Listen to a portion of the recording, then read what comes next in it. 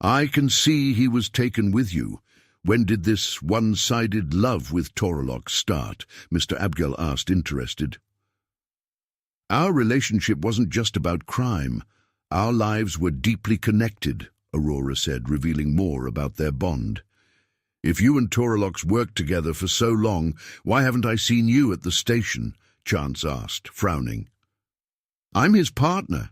He would have introduced us, he added, sounding doubtful. He's brought me in several times. I'm surprised you don't remember me, Aurora replied confidently. That's impossible, Chance said, looking even more confused. Seriously, are you suggesting I'm being dishonest? Aurora snapped back, her gaze narrowing as she met Chance's eyes. I am indeed, Chance replied, his assertion firm and unyielding. On what grounds? Aurora challenged, her voice tight with frustration. My partner always introduced me. If he'd brought you to the precinct, I'd know.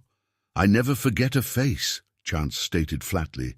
You're right, today was my first time there. Detective Knight kept our relationship secret. He was afraid of what would happen if other ghouls found out he cared for a human, Aurora said quietly. Did anyone find out how Pollux felt about you? Mr. Abgel asked, curiosity lacing his tone. Yes, somehow. We were careful. I never spoke of the ghoul, and he never spoke of me, Aurora said, still unsure how they had been discovered. You must have slipped up about Pollux, Pollux pressed, his curiosity sharp. I told no one. I grew up alone, with no family and no friends, Aurora replied, her loneliness clear. Did he mention anyone else we should watch? Chance asked, leaning in. There was a woman, but she wasn't his lover. He was under my hex. Worth investigating, Aurora said, her tone hinting at intrigue. Enough riddles. Just tell us, Pollux urged, impatience showing. Absolutely not. I hold all the cards, Aurora retorted, sounding confident. What bargaining chips do you think you have? You're just a player in a dangerous game. Sooner or later you'll get burned, Chance said, his voice skeptical. I don't think I'll be the one to get hurt. You asked about a woman and her child. I'll give you the information you want, but first I want my powers back. The sapphire ring will restore them, and only then can I protect myself. Bring me the ring, and I'll tell you what you want to know, Aurora said, her voice calm but firm. We never mentioned anything about a lady or her child. What exactly do you know? Mr. Abgel asked, his brow furrowing as the atmosphere thickened with tension. The room fell silent as everyone stared at Aurora. Realizing she had said too much, she ran down the stairs, desperate to escape. Get her, commanded Mr. Abgel. Aurora ran, her footsteps echoing as she rushed through the dark halls of the manor. She pushed past heavy curtains and knocked over statues, porcelain breaking on the floor. The air was dusty and smelled of old stone. Near the front door, Chance jumped out from behind a column and tackled her. He put cuffs on her wrists as she struggled to catch her breath, then pulled her to her feet and took her back upstairs to face Mr. Abgel. Her defiance was now mixed with fear. That wasn't very clever of you, Mr. Abgel said, his voice cold but with a hint of respect. He walked around his large desk, which was covered with old books, a silver letter opener and a candle. Aurora, handcuffed and out of breath, sat stiffly in a chair across from him. The thick drapes behind her blocked out the city noise. Mr. Abgel looked at her, his authority clear. Let me be clear, my father hates liars, and you seem to be one. Lie after lie, Pollux said coldly. He grabbed Aurora's hand tightly, making her skin pale. Then he showed his long fangs and bit her wrist. Aurora gasped as venom entered her veins, burning and spreading heat up her arm. The pain was instant and intense, her vision blurring as the venom took effect, making it impossible to hide the truth. "What are you doing to me?" Aurora gasped, her eyes wide with a mix of fear and disbelief. "The venom isn't deadly, but it will paralyze you," Pollux said quietly in the silent, candlelit room. The taste of metal mixed with incense and old wood hung in the air. Aurora's limbs shook as numbness spread up her arm, her fingers twitching as the paralysis took hold. The tension grew as everyone watched Pollux and Aurora, the shadows seeming to close in. "We can't risk you escaping and unleashing chaos in my funeral home," Mr. Abgel intoned, his voice steely and unwavering. "Many of the items here are irreplaceable, one-of-a-kind artifacts imbued with ancient magic and haunting memories." His gaze swept the shelves and display cases lining the room, glass domes protecting shrunken heads, jars filled with preserved oddities, and relics glinting with the faintest hints of arcane power. "Over the years, I've honed a method for extracting the answers I seek without resorting to torturing humans for information, as I do with demons.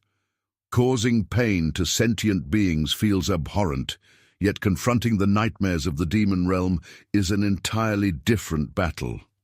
He paused, the room growing colder as his eyes locked onto Aurora's with chilling precision.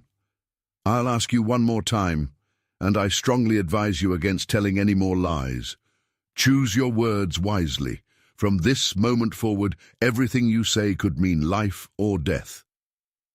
His warning hung in the air, sharp as a blade, the candle flames guttering in response to the charged energy. "I won't offer any assistance unless you agree to my terms. I have made my conditions abundantly clear," Aurora shot back, her voice edged with iron despite the paralysis tightening her muscles. Her chin lifted defiantly, eyes flashing with challenge and the stubborn embers of resilience. Even as the venom crept through her body, she refused to let fear or pain dull her resolve. The air between her and Mr. Abgel shimmered with an invisible power struggle, each word sparking against the other like flint and steel. "This isn't a simple deal. You're not in a position to make demands," Chance shouted, slamming his fist on Mr. Abgel's desk. The impact knocked over an inkwell and some old letters. The desk shook, and the loud noise startled everyone in the room. "Actually, I think I'm in a very lucky position, Detective Chance Fate," Aurora said, giving a sly grin despite her discomfort. She looked at Chance, her eyes full of secrets. "I know things about your partner that you might not know." Her words made everyone uneasy, the room growing tense. "Stop it! I know everything about my partner. There's nothing you can tell me," Chance replied, sounding defensive as he glared at Aurora. The tension in the room grew, and the others looked back and forth between them, unsure what would happen next. "If you were really his shadow, why are you suddenly interested in his key?"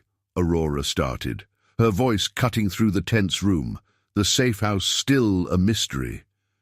"What connection do this woman and child have to Sebastian?" Mr. Abgel inquired, his brow furrowing in skepticism. "I don't know. I always waited in the car while Detective Knight handled things inside the safe house," Aurora replied, sounding indifferent. "That doesn't make sense. Why would Toralox protect someone already in witness protection? Your story doesn't add up," Chance said sharply, his skepticism clear. "If my story seems unclear, maybe you're not paying attention," Aurora shot back, her anger barely hidden. "This is what Detective Knight told me. The woman found out about his obsession with me and used it to blackmail him." Her voice showed both anger and betrayal, her real motives still hidden. "Where is the safe house hidden?" Pollux pressed, his voice taut as a drawn wire. In the labyrinth of danger closing around them, the safe house represented their last flicker of hope, a sanctuary veiled in myth where plans could be reborn and survival plotted anew. "That's not your concern. I've given you more than enough," Aurora warned, her words sharp as broken glass. "Bring me the sapphire ring or you'll vanish, swallowed whole by the labyrinthine shadows of New Orleans. Without me, you're just ghosts stumbling in the dark." "You're acting like a soul caught in a fever, desperate for another hit," Mr. Abgel said, worry deepening the lines on his face. "You've tasted the ring's power, felt how it twists minds and bends fate, but its magic is venom, and what you crave will devour you from within. I won't be complicit in your ruin, Aurora. The answer is, and must remain, no." The sapphire ring glimmered at the heart of their struggle, a relic wound tight with secrets and old curses. "The answer is simple. No deal," Aurora snapped, steel flashing in her eyes. "Let's see how long you survive the city's jaws without my guidance. You'll stay with me until Pollux's mark fades from your wrist and neck. After that, you're free to go," Mr. Abgel said, showing a hint of concern as he took out a key and unlocked Aurora's handcuffs. "Free to go? Just like that? Through the front door into the lion's maw?" Aurora echoed, her skepticism swirling through the room like smoke, thickening the air with questions and unease. "Front, back, side, pick your poison.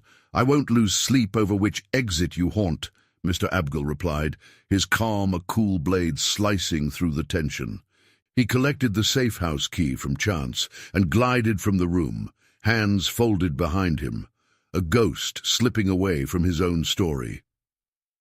Where's he going? Is this some riddle? Just vanish in the middle of the storm? Is this part of his mind games?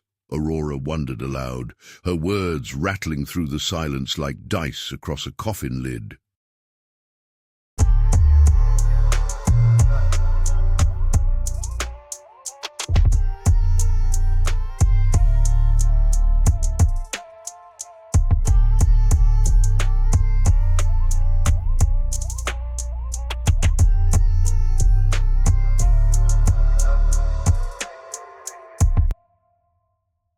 "You'll stay with me until Pollux's mark fades from your wrist and neck.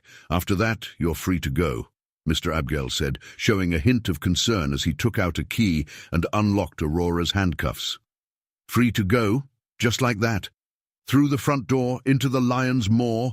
Aurora echoed, her skepticism swirling through the room like smoke, thickening the air with questions and unease. "Front, back, side. Pick your poison. I won't lose sleep over which exit you haunt," Mr. Abgel replied, his calm a cool blade slicing through the tension. He collected the safe house key from chance and glided from the room, hands folded behind him, a ghost slipping away from his own story. Where's he going? Is this some riddle? Just vanish in the middle of the storm? Is this part of his mind games? Aurora wondered aloud, her words rattling through the silence like dice across a coffin lid.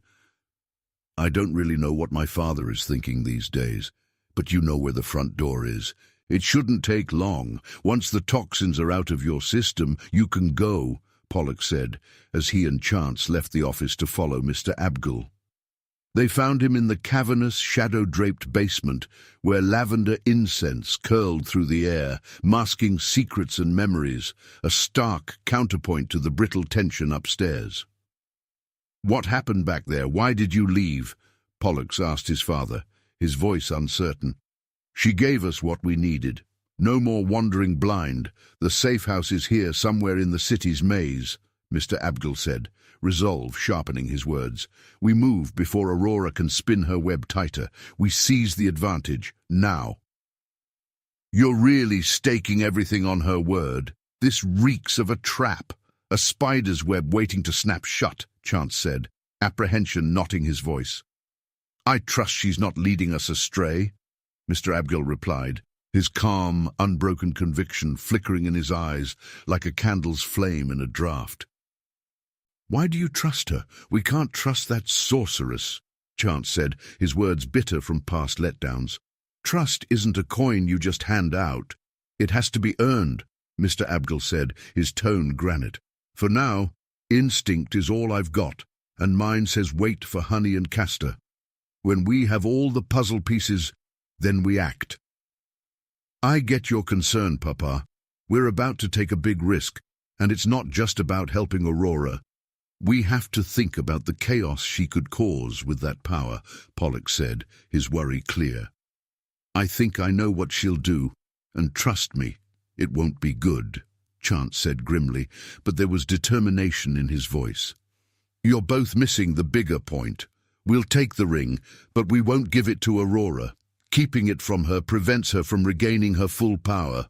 I'll explain more in a minute," Mr. Abgel said with a knowing smile as he turned the corner, leaving everyone waiting,